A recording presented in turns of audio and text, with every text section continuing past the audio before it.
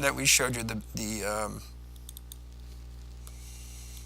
so the flexion comes up, and then when the arm extends, the flexion goes back. So now we got to animate all that going back, right?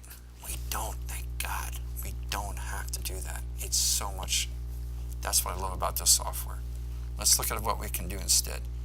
So instead of having to worry about trying to do this sequence in reverse, we can take this layer that we just made, we can duplicate it, and what I'm going to do is name that. I can right mouse and say rename. This is one of the few Adobe products that you cannot double click on. You have to right mouse to rename anything. So I'm going to rename, and I'm going to call this dupe reverse to try to help not get confused. I'm going to take the dupe reverse and put it here, okay? But here's the problem. I know something about this arm animation because I made it, right? What do?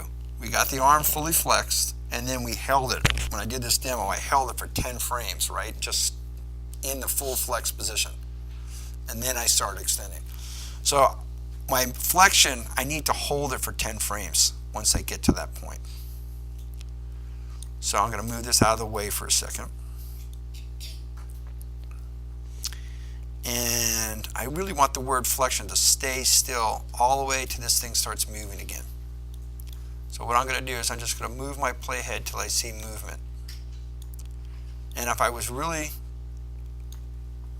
I could also, another way of handling this is I could go in and use this mountain range and zoom in on my timeline, and I can see the individual frames, and I could mathematically count.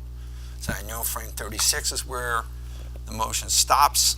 It stays at that position for 46, so I can count 10 frames in.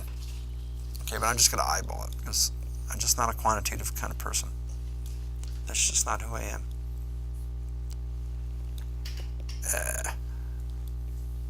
Okay, so right about there. All right. So I've got this up here now. This is the repeat. In other words, this is the exact same thing. This duplicate. With the duplicate selected, I'm going to go into a layer, and I'm going to look for time reverse layer. And when I do this, what you should see is a little red line that comes up on the bottom of my dupe. Okay, so that little red line basically gives me the reverse. Okay, now I've got this gap in between, right? So I'm not that clever. I did this last night, so this is why I know how to do this, okay? I needed to not extend the word flexion all the way out to here until I had duped it.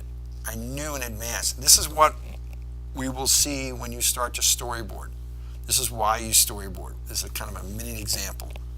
Because trying to recognize when I'm doing this on the fly, that I need not to have that animation continue to the static portion, because I don't want to have the static portion in my inverse, right? Otherwise it's going to hold still and the arm's going to be moving. You know what I'm saying?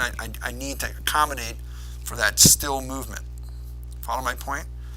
And that's what a storyboard will help you do. That's what you're going to start trying to think when you're doing this as the course progresses, not right now. But you're trying to plan out in advance what's going to happen and how do I make things work for me so I don't have to do more work. Okay, it's the same lesson we talked about the other day. You want to make money, there's a market value. The only way you can make money is take less time to do the task and get paid the same amount of money. See what I'm saying? So these are kind of little tricks. But the storyboard thing is really important because it will give you this idea. And I know students, what I love is on my faculty evaluations, besides being called an asshole and all sorts of things, where it says, I hated doing the storyboards at first, but I finally understand now why we do them. So they will seem very tedious. It's like doing a sketch. You're sure you don't need to do a sketch.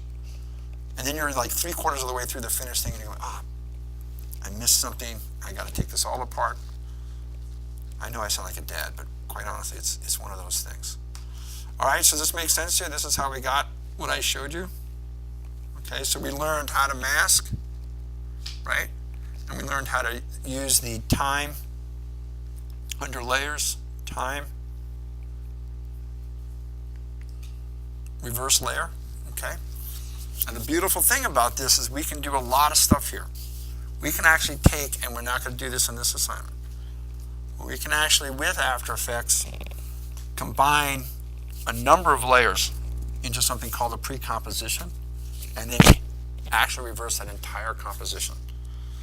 So we can have like 15 layers, make a very complex motion, and then have a duplicate of that collection and reverse them without us having to physically go back and recalculate how to do that. Okay? Any questions?